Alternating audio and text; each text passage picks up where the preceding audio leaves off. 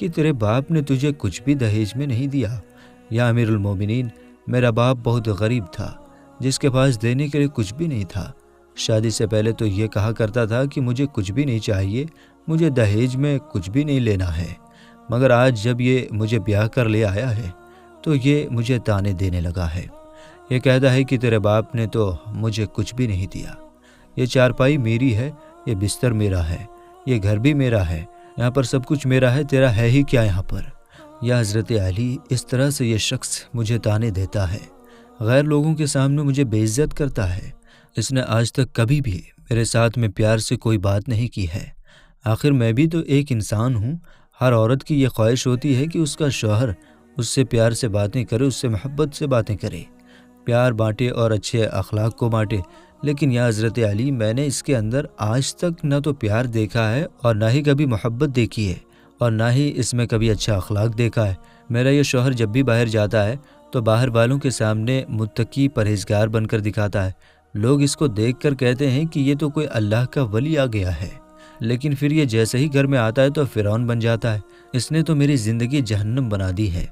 اب یہ ہر دن مجھے مارتا پیٹتا ہے اور کہتا ہے کہ میرے گھر سے چلی جاؤ، لیکن یا حضرت علی، میں اس کا گھر چھوڑ کر نہیں جا سکتی، کیونکہ میرے ماں باپ اس دنیا میں نہیں ہیں اور اب میرا اس دنیا میں کوئی نہیں ہے، اس لیے اب میں اس کا گھر چھوڑ کر کہاں جاؤں گی؟ اب اگر یہ مجھے مارتا ہے پیٹتا ہے تو پیٹتا رہے، مارتا رہے، اس کا ہر ظلم مجھے قبول ہے، جلالت بھی قبول ہے، اس کی رسوائی بھی قبول ہے، مجھے اس کا سب کچھ قبول ہے۔ لیکن یا حضرت علی، اس سے کہہ دیں کہ کم سے کم یہ مجھے اپنے گھر سے نہ نکالے۔ دوستو، اتنا سب کچھ سننے کے بعد میں دونوں کو مخاطب کرتے ہوئے حضرت علی نے فرمایا، اے شخص، تم یہ نہ کہا کرو کہ جب سے بیوی گھر میں آئی ہے یہ ساتھ میں غریبی لے کر آئی ہے، ہرگز نہیں۔ اے شخص، یاد رکھنا، انسان کے خود کے اپنے کچھ ایسے گناہ ہوتے ہیں، کچھ ایسے کام ہوتے ہیں جو اللہ تعالیٰ کو بہت ناپسند ہوتے ہیں، اس لیے اللہ تعالیٰ پھر اس شخص کے گھر میں غریبی کو حکم دے دیتا ہے۔ اے شخص، غربت کو کس نے پیدا کیا؟ تنگیوں کو کس نے پیدا کیا؟ بے شک اللہ تعالیٰ نے۔ اب یہ غربت اور تنگی اللہ کے حکم کے آگے ایسے بھاگتی اور دوڑتی ہے کہ اللہ اگر حکم دے دے کہ اس کے گھر میں داخل ہو جا تو یہ غربت فوراً ہی اس کے گھر میں داخل ہو جاتی ہے، اور پھر اس گھر میں رہنے والے دن بدن تنگ ہوتے جاتے ہیں اور وہ لوگ پریشانیوں میں گھر جاتے ہیں۔ اس لیے اے شخص، بیوی کے آنے سے غربت نہیں آتی، بیوی کے آنے سے تنگیاں نہیں آتی، بلکہ انسان کے اپنے کچھ ایسے گناہ ہوتے ہیں جو اللہ کو ناپسند ہوتے ہیں، اس لیے اللہ انہیں آزمائش میں ڈالنے کے لیے غریبی اور پریشانیاں ان کے گھر میں بھیجتا ہے۔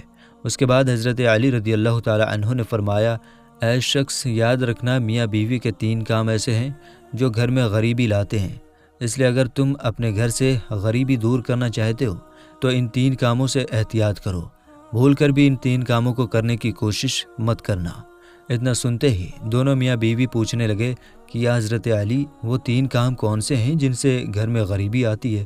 تو یہ سن کر حضرت علی نے فرمایا، پہلا کام ہے بد زبانی، یعنی کہ بیوی کو گالیاں دینا۔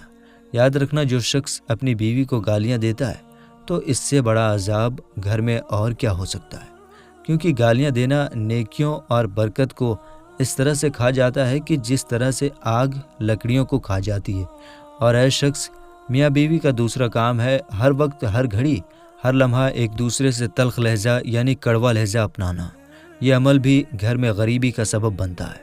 اس کے علاوہ میاں بیوی کا ایک دوسرے کے لیے اچھا سوچنے کے بجائے غلط سوچنا، اللہ کے سامنے جھکنے کے بجائے ایک دوسرے کو تانا دیتے ہوئے وقت برباد کرنے سے بھی گھر میں غریبی آتی ہے، پریشانی آتی ہے، کیونکہ رزق کے دروازے ایسے گھر کے لیے ہمیشہ ہمیشہ کے لیے بند کر دیے جاتے ہیں۔ رحمت کے فرشتے ایسے گھر میں کبھی داخل نہیں ہوتے۔ اور نمبر 3، شیطان کو راضی کرنا۔ حضرت علی رضی اللہ تعالی عنہ نے فرمایا، اے شخص، یاد رکھنا، یہ کام بھی گھر میں غربت کا سبب بنتا ہے، یعنی کہ جو شخص رحمان کو ناراض کرتا ہے اور شیطان کو راضی کرتا ہے، بیوی کو مارتا ہے، پیٹتا ہے، اس کو رلانا، یہ سب کام اللہ کو ناراض کرنے اور شیطان کو راضی کرنے والے کام ہیں۔ اب آپ سوچئے کہ جس گھر میں اللہ ناراض ہوگا اس گھر میں رحمت کیسے آئے گی؟ ایسے گھر کو پھر غریبی ہمیشہ ہمیشہ کے لیے گھیر لیتی ہے۔ تو میرے دوستو، میاں بیوی کے یہ 3 کام ایسے ہیں جن کو آپ کبھی بھی نہ کریں۔ اگر آپ کریں گے تو پھر یاد رکھیں کہ غریبی کے دلدل میں آپ پھنستے چلے جائیں گے۔